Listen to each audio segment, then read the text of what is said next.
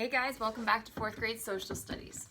So last time we read, President Woodrow Wilson had just announced that we were going to war and Americans were getting ready. They had their victory gardens going. We had women starting to make bullets because the men were going overseas to fight as soldiers.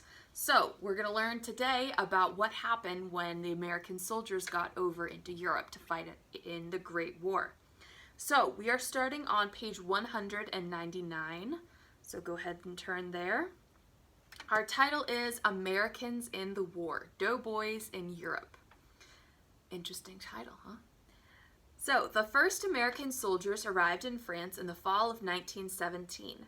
Their commander was John J. Pershing. They had been named the American Expeditionary Force, but the people called them doughboys. And some people believe the nickname came from the buttons on their uniforms, because many thought that the buttons looked like lumps of bread. Others thought that the name was used because American soldiers made their own food in camps. The coming of the Americans brought hope to the Allies. Their soldiers were tired. They had lost thousands of men in recent battles. Russia had withdrawn from the war. The Allies were in desperate need of help. American forces were given their own section of the Western Front to defend. This map shows some places where Americans gained ground for the Allies. All right, so they're gaining ground. They're pushing back the Germans and their allies to try and liberate or make those people who lived there free again, free to live in their own houses and places, okay? So let's look at that. American offensives. So the orange is Germany, and German occupation, you can see there, is in Belgium. And the Allies, those red arrows show that they're pushing the Germans back. So they're pushing them kind of back into Germany where the war started, right? Started pushing them back to kind of where they belong. And then we have the yellow, which is the neutral countries. All right. Now let's look at that picture of the doughboys. The doughboys make good. Let's read that caption. This magazine cover by illustrator Edward Penfield celebrated the American soldiers who brought new hope to the Allies during the war. So, as it said, the Allies were worn out. They had lost so many men already in past battles that it was a really, really good thing to see reinforcements or more people coming to help in the war effort.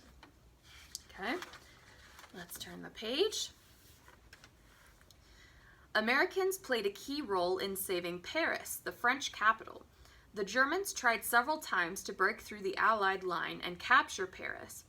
Americans pushed the Germans back across the Marne River to the town of Chattanooga. Americans also held back the Germans in Bellewood. This was the last major effort by the Germans to get to Paris. The greatest American attack on the Germans was at Saint-Mihiel, which, with help from the French, Americans used guns, tanks, and planes to crush the American forces in only 2 days. But not all the American efforts were victorious. Some heavy American losses came during the battles of the Argonne Forest. In one battle, about only 1/3 of the American troops survived. Hundreds of thousands of Americans were killed or wounded in other battles.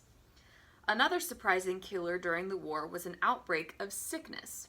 A flu virus spread among the soldiers on the front. Then it spread to people at home. Millions of people around the world died from that flu. So let's look at this picture up here and let's read the caption. African American soldiers wearing the Cross of War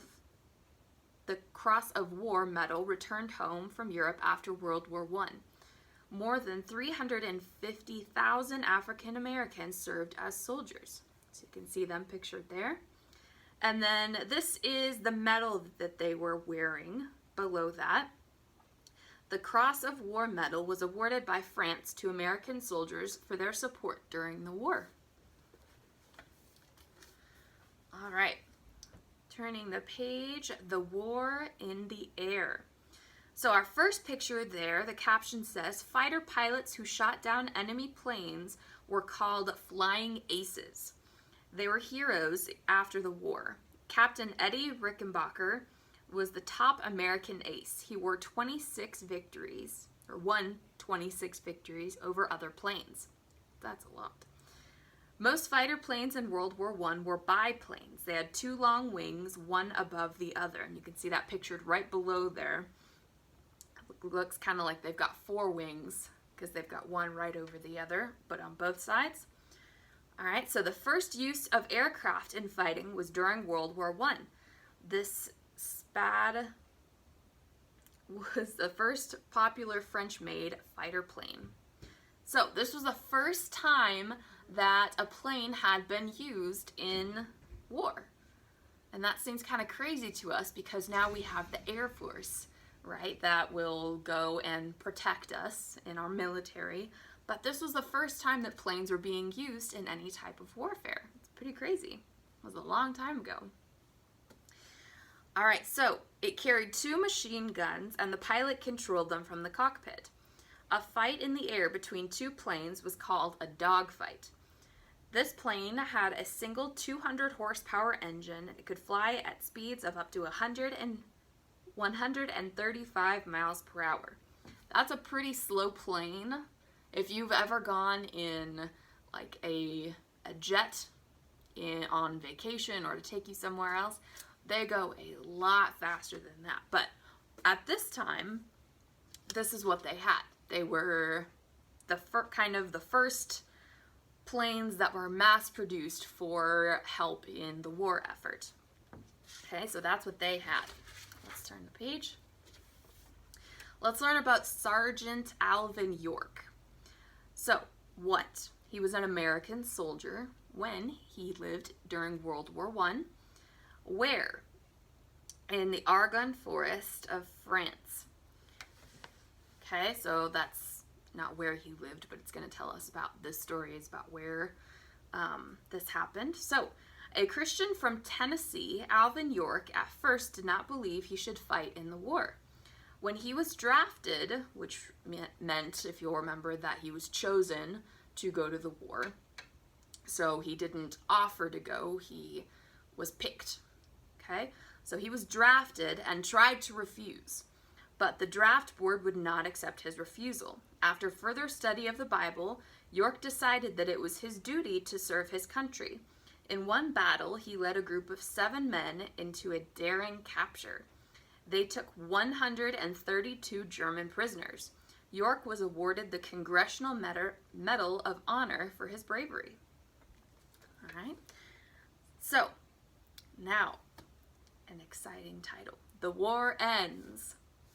The fighting finally ended on November 11th, 1918. At 11 o'clock in the morning, Germany stopped firing its guns.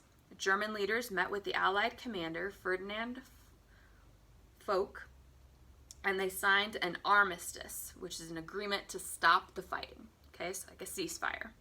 November 11th became known as Armistice Day. It was celebrated as a holiday every year. Today we still celebrate a holiday on November 11th.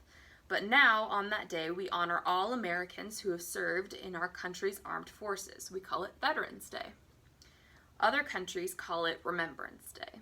All right, so remember, this was a war that had, tons of countries involved in it, and so some of them call it Veterans Day like us, and others call it Remembrance Day. So in remembrance of the armistice or the ceasefire, the stopping of World War I, or the Great War as they called it back then. All right, so let's look at that picture of the newspaper. It says the Bismarck Tribune newspaper announcing the war's end. So those are some key figures in the war that you'll see there, those people. And it says peace at the top.